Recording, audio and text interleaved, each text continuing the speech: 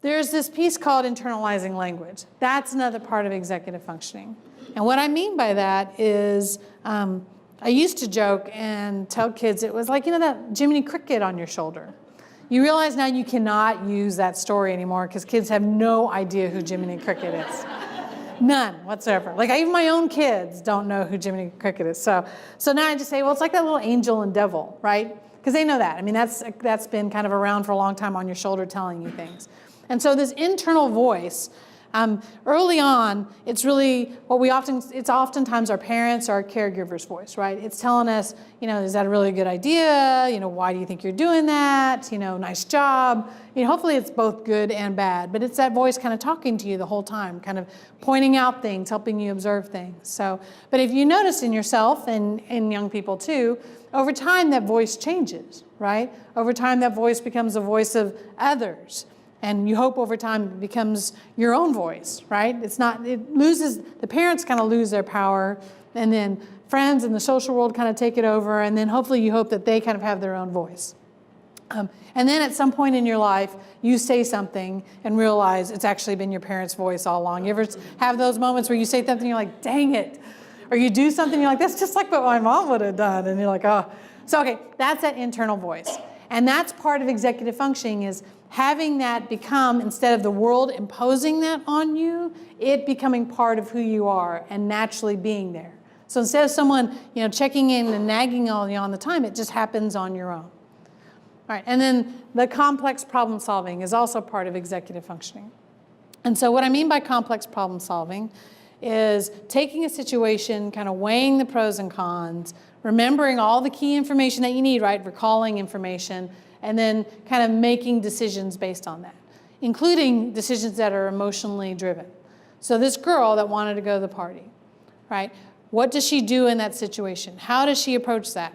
So as a parent, how would you feel if your daughter, when she saw that, went, oh my gosh, my mom will kill me if I go to this party, and then she'll never trust me again, right? And what if something happens on the way and she finds out? All these things kind of running through her head. What do you think a lot of kids would do in that situation? Because the mom's inside the house, right? Jump in the car and go, right? Quick, go, get out of here, right? Make my jacket really wide so they can't see Joe, right? So, but if she instead was like, my mom will kill me. She just, she trusts me to do this, all this kind of stuff. So, oh my gosh, I forgot something. I got to go back inside. So the girl runs back inside. Mom, okay, I really want to go to this party, but when I went outside, Kim had a guy in the car that you don't know, and you did not give me permission to ride with that guy. So, could you take me to the party? I'll talk to Kim when I get there, and if she plans on driving him home, then I'll let you know, and you can come pick me up. Down the street, because I don't want you to pick me up at the party, but you can come pick me up. Right? So she's weighed all these different things out. What would you do as a parent if your child did that? I mean, I'd be like crying, like, oh my God, but that's kind of, weighing out all the situations, trying to go, this is what I really want, but these are the things that are going to happen if I just jump and do it. Let me find some options that I think my mom would, be okay with. And so that's what we're talking about in regards to complex problem solving. Not all of us reach that ever, but I mean, that's part of executive functioning, is taking situations, whether they're emotional or not, weighing out your pros and cons, finding different options, because you have to remember what options are out there and kind of going with that. Maybe mom said, no questions asked. If you're at something and something bad happens, have you ever heard the parents that do that? They do a no questions asked? Got it. And, then they just come home. They know it's safe, right? And so parents are like, well, they use the no questions asked. I'm glad they at least chose to be safe. So that's what we're talking about. Okay.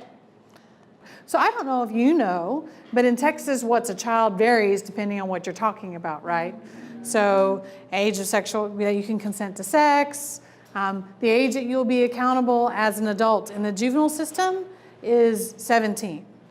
So if you are 17 years old and break a law in Texas, you go to adult jail and you do adult consequences, right? So the irony with that is that we oftentimes That system is not necessarily designed when you still have a parent involved, when the person is still going to high school. And so there is a big push to raise the age, is the term being used.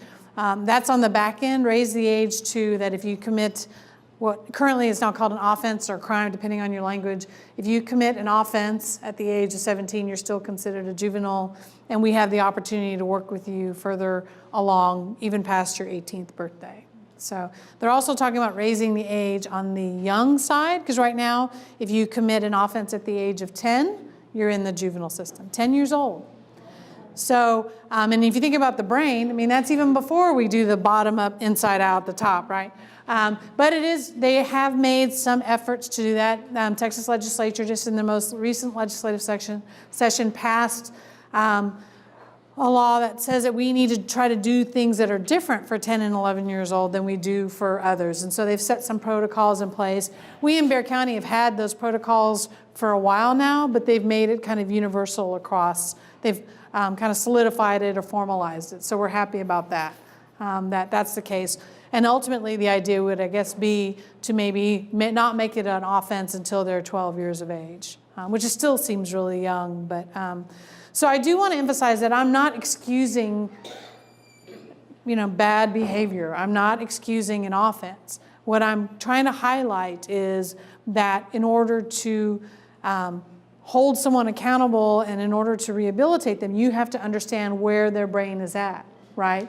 So that just a mere consequence may not necessarily get them to learn that new pathway, right? That we have to be able to help them find that path. So that's what I'm talking about. Again, I'm not excusing behavior, because some kids do some really bad things, but a lot of kids do really bad things once, or twice or 3 times, but they just don't ever have the opportunity to learn. So how do you know, though, if you have someone, because we're talking about all these kinds of executive functioning and what's normal development, how do you know if you have someone, if your valedictorian will ride on the hood of a car and that's still within normal range, how do you know when you have somebody that's struggling, even amongst other young people? And so this is kind of where I want to highlight the challenges to executive functioning and give you some strategies to kind of figure that out.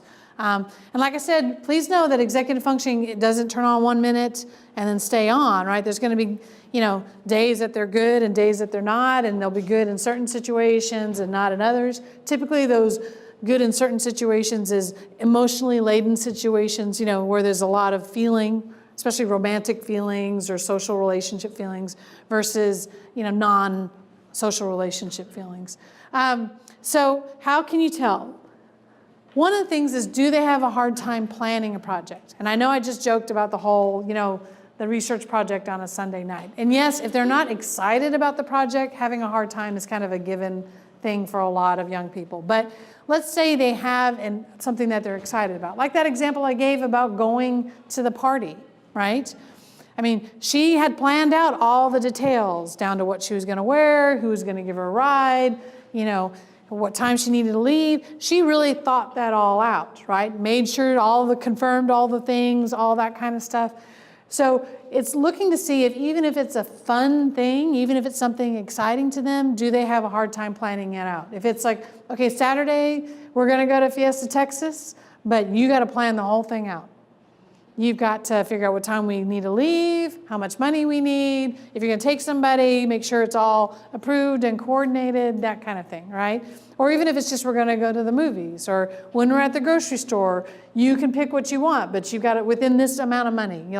Can they plan it out that way? And you should be seeing that in, early to mid-teens when they're kind of invested in it. And then you're kind of seeing, can they apply it to things that they're less invested in? But giving them those opportunities to practice that is really important.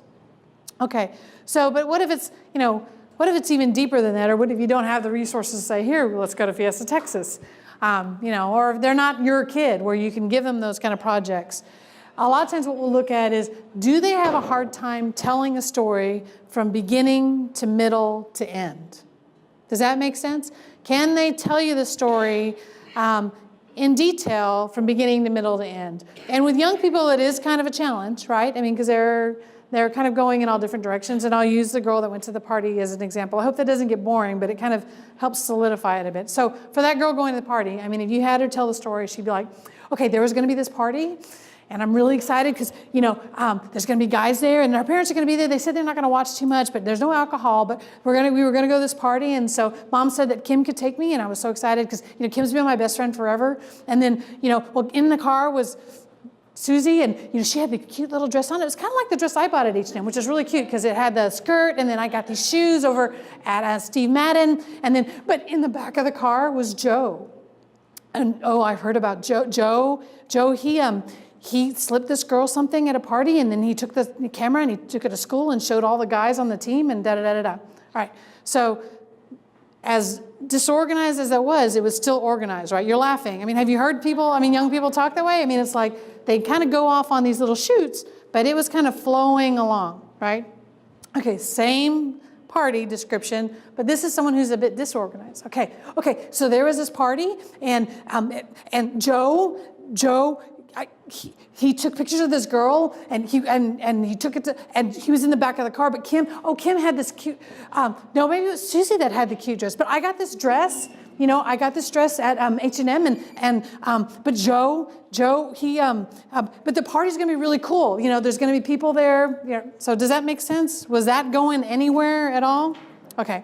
And everyone's like, well, yeah, they're really excited, or it may be a child who's got other issues, ADHD. But or some kids don't have the verbal skills, right? Let's say they just don't have a way to kind of talk through. Can they organize a story, or can they organize a song, or can they organize kind of how they went through a video game? How do they kind of go through those things? Can they show you that they can tell a story in whatever language, whether it's through written language or song or verbal, that they can kind of go from beginning to middle to end, okay?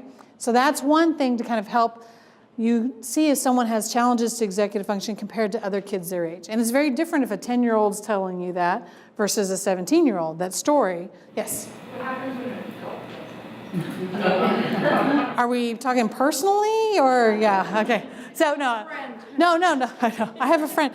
It's the same thing. That's the issue. And there's questions as to what impacts executive functioning. And we'll talk a bit about those things that can impact it permanently, right? Yes? I know I work at a middle school, and when I started, they had an incident report for the kids, and that was a mess. Now we have like 8 questions in order, like, where did this happen, who knows, who was involved, and they have to break it down. Because kids, they go all over, or it's like 2 words, and, right. And so that has worked better for us, and we're still playing with it. And I don't know if everyone caught it, and also for the taping, she was saying that she works at a middle school, and they used to have this incident report where they would just say, describe what happened.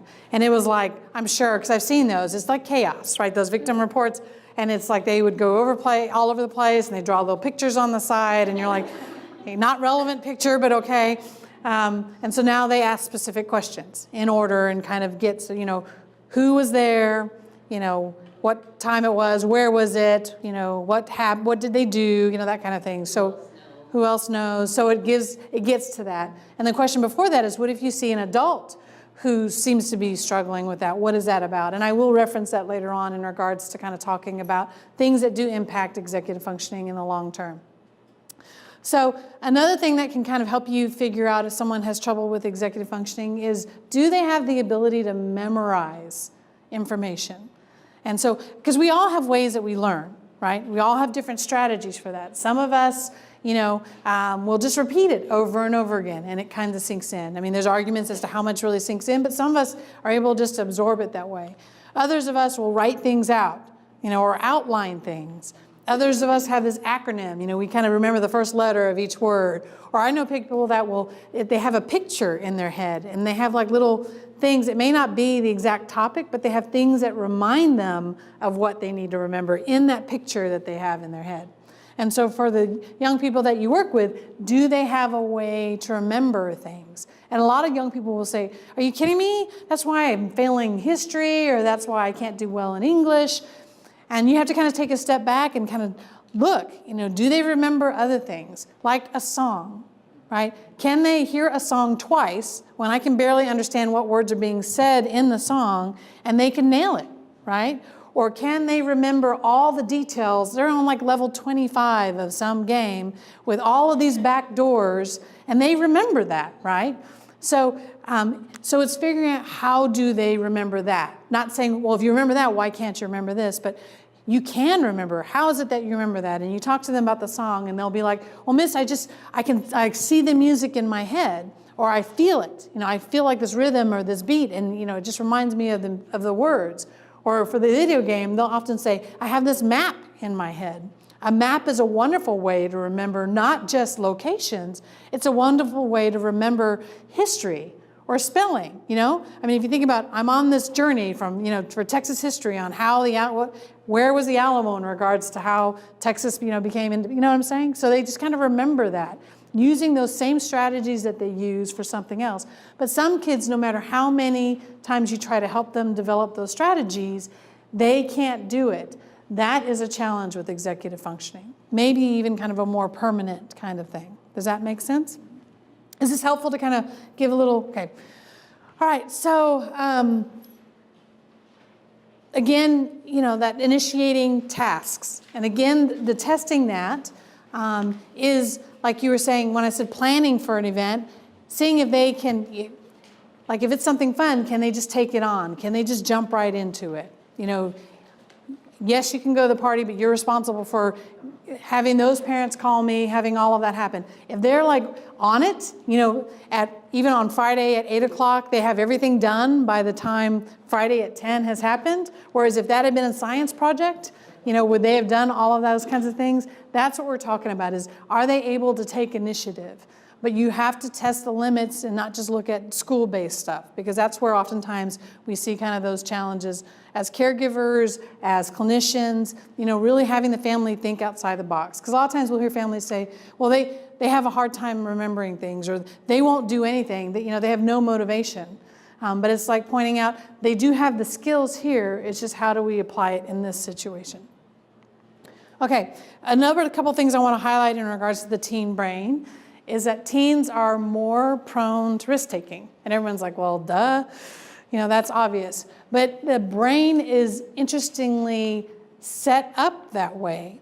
Who in here likes to ride roller coasters? Does anybody like? All right, so I loved roller coasters until I started having children, and now I get sick. It's the saddest thing. It's probably the saddest part about being a parent is that I can't ride roller coasters. Well, no, but I can't ride them anymore. I get nauseous now. So it would have been a method for birth control if I'd have thought about it at the time.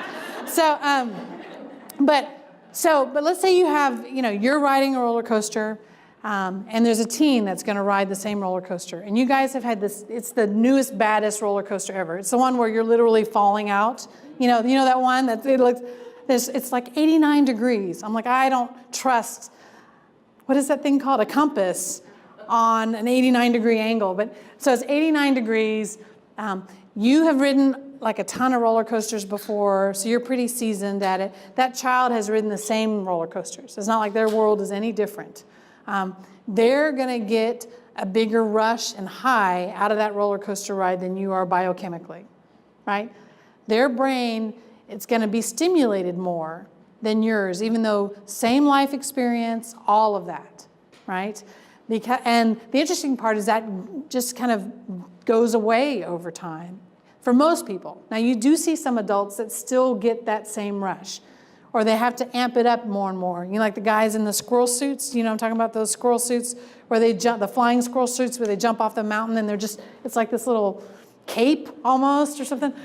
So, there's those that still kind of get that rush and it never stops for them. But for most of us, as we mature or get old, depending on how you want to frame that, we lose that rush. But for a young person, it's there, which then results in kind of that addictive behavior, right? And obviously in regards to substance use, but also in regards to all sorts of other things, sex, social situations, and roller coasters and things like that.